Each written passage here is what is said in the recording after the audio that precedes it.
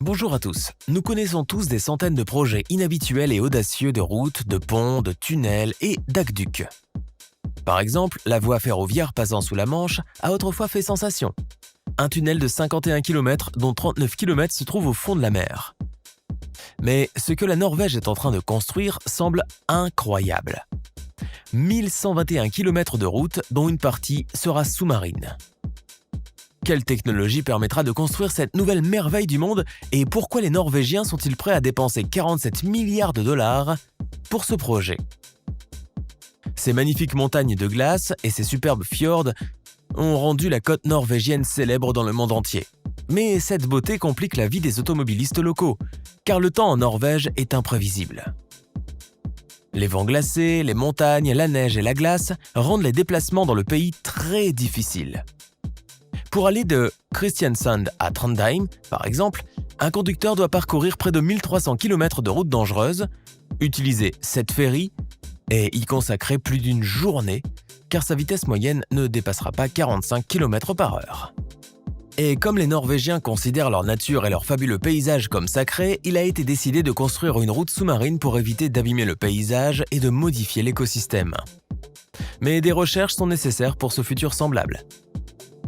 3 des plus grandes universités de la région nordique collaborent donc à ce projet d'autoroute côtière.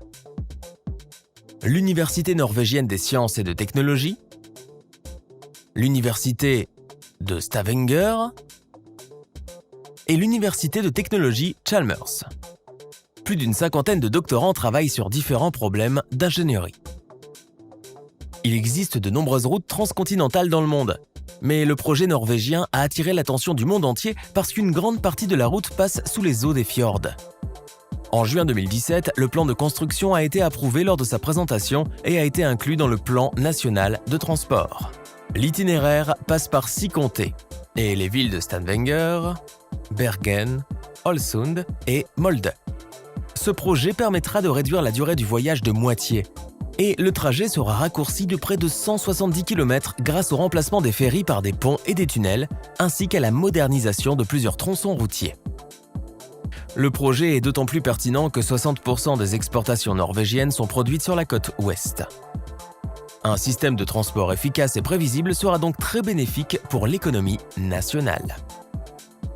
Le projet prend en compte les aspects environnementaux de la construction, de l'exploitation et de l'entretien, et intègre les structures nécessaires à la production de l'électricité pour l'éclairage et la recharge des véhicules électriques. Bien sûr, un tel tunnel ne peut être construit sans difficulté, car la profondeur d'un fjord peut atteindre 1400 mètres, ce qui rend impossible la pose d'un tunnel au fond de l'eau. Les Norvégiens ont donc développé leur propre technologie. Un pont sous-marin sur des tuyaux flottants. Le projet prévoit 2 tunnels parallèles, un dans chaque direction, chacun comportant 2 voies. Les tubes seront placés sous l'eau à une profondeur suffisante pour éviter de nuire au déplacement sur l'eau, mais pas trop profondément non plus, afin de limiter la pression exercée par celle-ci. On estime qu'une profondeur de 20 à 50 mètres suffira et que de cette façon, les tubes flottants ne gêneront pas la navigation. Le directeur du projet affirme que c'est la seule façon de construire une route à travers les fjords sans avoir à forer dans les rochers. Mais le tunnel n'est en fait pas si flottant car les tuyaux seront fixés au fond de la mer avec des câbles et des poteaux spéciaux et le tunnel sera soutenu par de puissants pontons flottant à la surface, espacés d'environ 320 mètres. Les experts affirment que le concept de tunnel flottant est particulièrement adapté aux fjords profonds entourés de montagnes escarpées, car ces caractéristiques rendent difficile la construction de ponts. Voici ce qu'en dit Nils-Erik Anders Rønnkvist, professeur à l'Université norvégienne de sciences et de technologie qui conseille le gouvernement sur le sujet. Les ponts qui couvrent de longues distances nécessitent des arches et des suspensions à certains endroits qui, dans le climat norvégien, ne dureraient pas aussi longtemps que nous le souhaiterions. Un tunnel flottant sous-marin est bien différent.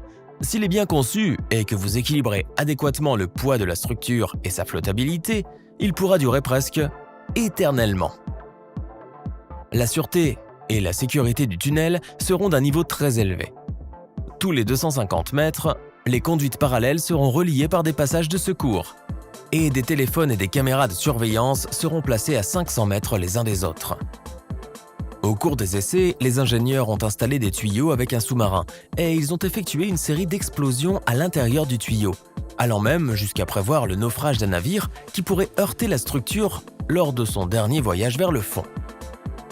Le tunnel a résisté à tous les tests, mais un certain nombre de modifications nécessaires y ont été apportées. Les Norvégiens ont consulté des experts du monde entier et tous les scénarios d'accidents possibles sont envisagés, mais il est toujours possible que quelque chose tourne mal. C'est pourquoi les tests sont toujours en cours. En décembre 2017, la première phase de la construction a commencé.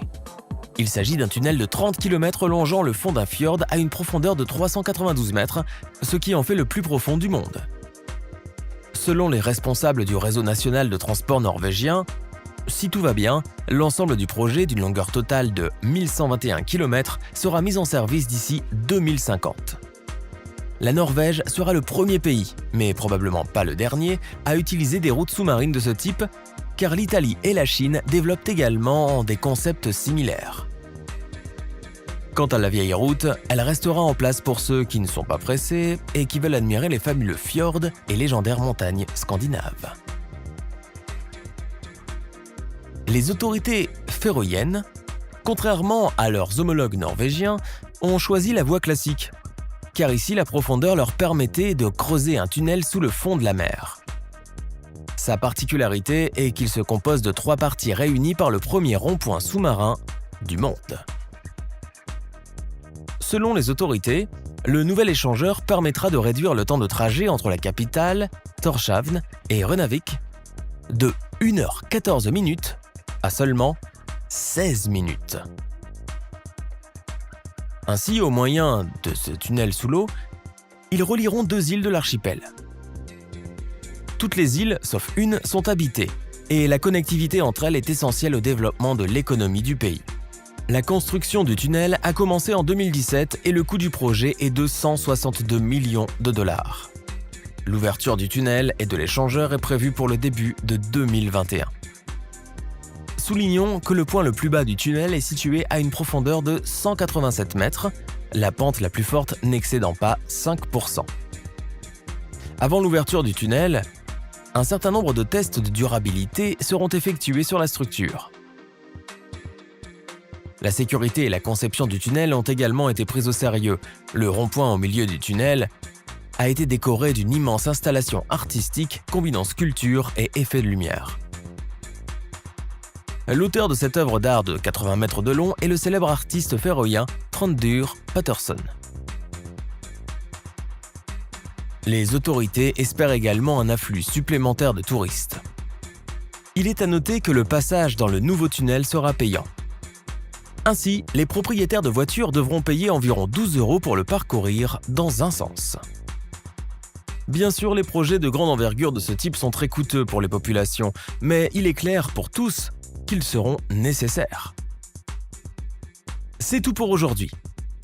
Écrivez un commentaire et mettez un j'aime si la vidéo vous a plu. À bientôt!